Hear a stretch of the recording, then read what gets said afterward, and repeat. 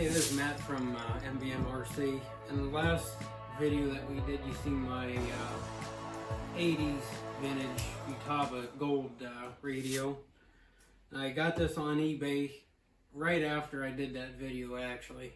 I paid $70 for this Kraft radio. This is actually older than the radio that you've seen before. This is a 1975 Kraft radio.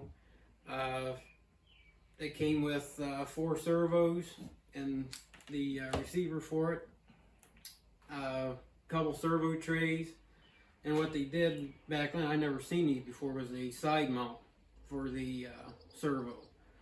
I'm guessing it's for like retracts and a wing or something, maybe. Came with all your grommets and screws. I guess back in the day what they did, because they didn't come with brass inserts for the grommets, so I'm guessing they used the servo screw with a washer. Don't know how that's going to work out yet. I don't know anything about this old of equipment here, but what I'm going to do is, since this radio came like it would have back in the day, I can't use it as is. So I found a guy on the internet. He lives in California. His name's Kyle, where he actually worked for Phil Kraft back in the 70s. I think he might have been there in the later 60s. But I think I'm going to have him convert this to, he does Futaba Fast, JR, and Spectrum.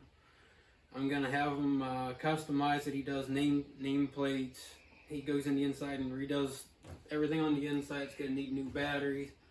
I might send him the servos too, to redo the ends, because I'm definitely going to use these servos with the radio. So it's not a fancy piece. He only got one switch on that, and that was for his retract gear, which he was the first one, I do believe, to come out with retract gear. He was kind of ahead of his time. He came out with the first proportional radios, and down the line, Futaba got a hold of it and was copying. He was doing a little copy work. But when you got this radio, you got this nice instruction book for it. It had all the how you should route stuff. It had all the diagrams for that, if you didn't know already. He gave you instruction books for, like, if it was your first radio install. He'd show you the best way of putting your fuel tank in and stuff. It was really, really cool setup of how he was doing stuff. There's his servo guide. He had multiple different servos and stuff, and he'd show you the dimensions and everything that you would need to know. Another really cool thing that he would give you with the radio is the Kraft accessories page.